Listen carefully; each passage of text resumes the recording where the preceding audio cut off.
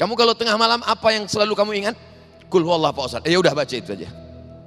Ya Rasulullah, ya ini ada sahabatku. Siapa namanya? Qatadah bin Nu'man.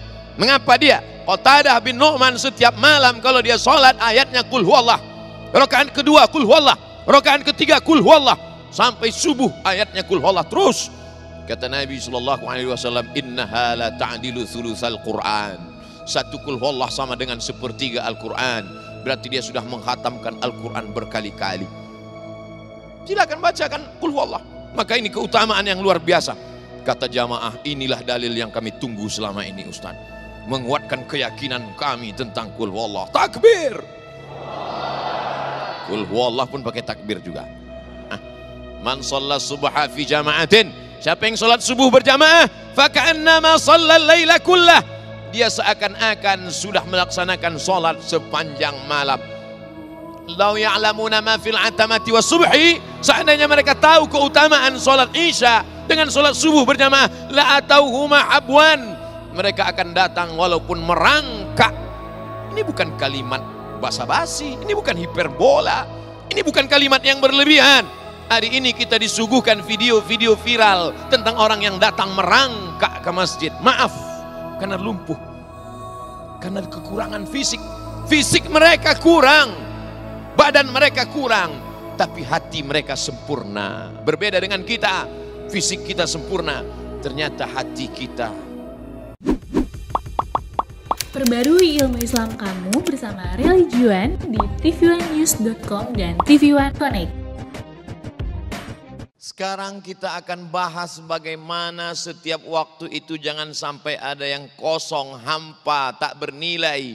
Seperti orang yang memanen padi menguning di tengah sawah. Oh, indahnya. Begitu benih padi disemai tumbuh hijau. Setelah itu ditanam hujan deras. Lalu kemudian cantik padi menguning. Selamat dari hama, selamat dari wabah, selamat dari wereng. Rumput-rumputnya sudah dicabut, dipanen, petani bahagia luar biasa. Tapi alangkah kecewanya ketika ternyata dibuka satu persatu padi itu hampa kosong.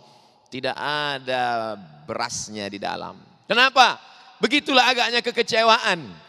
Kita selalu diajak, hayya 'alal falah.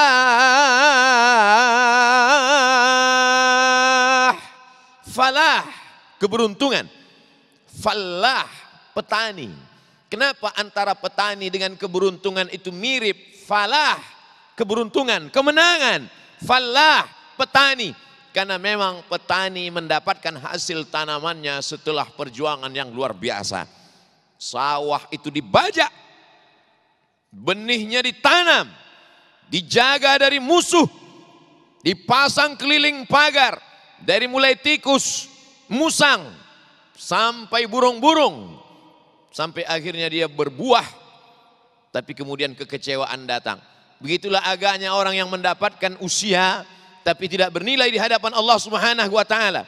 Rumah, tempat kerja, warung kopi, minum-minum sejenak, hidup dengan permainan. Maka kita diingatkan, innamal hayatud dunya, sesungguhnya kehidupan itu la'ibun, hanyalah permainan semata. Walahwun, hanyalah senda gurau. Semua permainan akan berakhir. Ada masa puasnya, jenuh.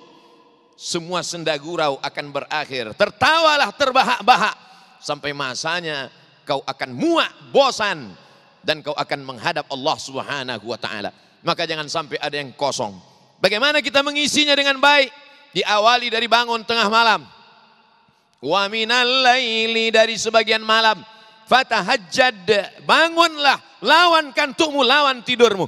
Yang paling afdal sepertiga malam. Jadi kalau malam itu diawali pukul 8 setelah isya, karena itu baru bisa tahajud. Tahajud baru boleh dilaksanakan setelah isya. 9, 10, 11, 12, 1, 2, 3, 4. Kalau di Jakarta pukul 4 sudah azan. Kalau di Pulau Sumatera pukul 5. Hanya perbedaan beberapa jam saja. Tapi lebih kurang demikian cara pembagiannya. Maka dibagilah sepertiga malam antara jam 12, jam 1, jam 2. Inilah waktu afdal paling utama. Tapi kadang kita kesulitan kalau bangun jam 2 nanti akan tidur lagi. Kalau dia tidak tidur nanti akan sulit besok bekerja. Maka paling tidak ini alternatif terakhir. Bangunlah pukul 3. Karena masih ada 60 menit menjelang azan subuh berkumandang. Mandi, bersihkan diri. Ada terapi mandi subuh. Katanya kalau mandi malam itu nanti akan kena penyakit rematik. Betul, setelah maghrib. Tidak dibenarkan. Tapi kalau setelah berlalu tengah malam, jam 1, jam 2, justru afdol, sehat, fresh. Setelah mandi, berwudu. Setelah berwudu, salat sunat wudu 2 rakaat. Apa amalmu wahai Bilal? Sami'tu dafana alaika baina yadayya fil jannah.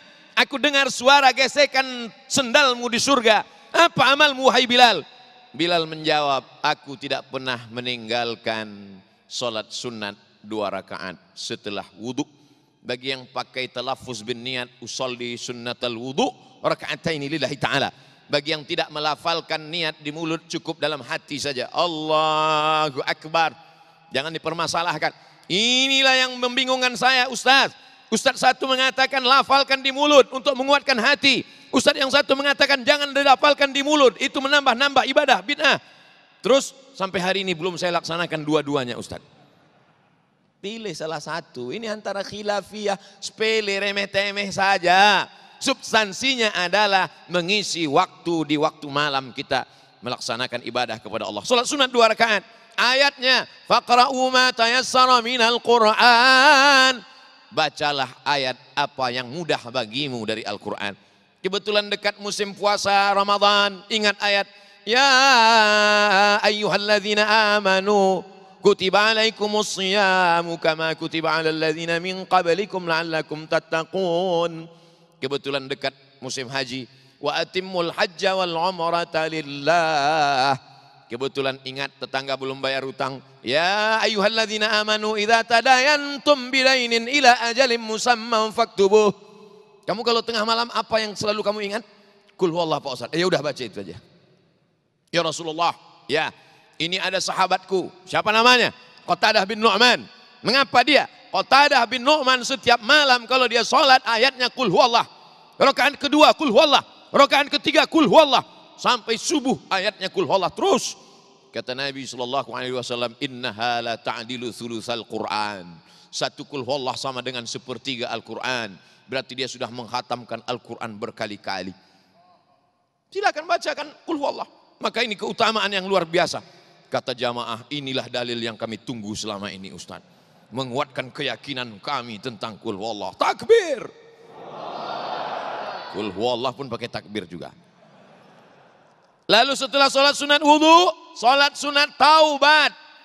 Begitu banyak dosa kita. Istighfar, bagus. Sayyidul istighfar, lebih bagus.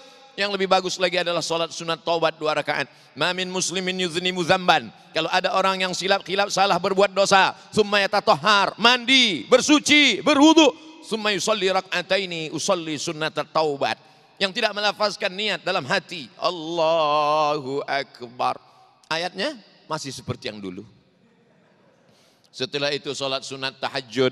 Nabi itu kalau sholat sunat tahajud, sholatul laili masna, 2 rakaat salam, 2 rakaat salam, 2 rakaat salam, 2 rakaat salam, 4 kali salam, 8 rakaat. Ayatnya Pak Ustadz itu juga.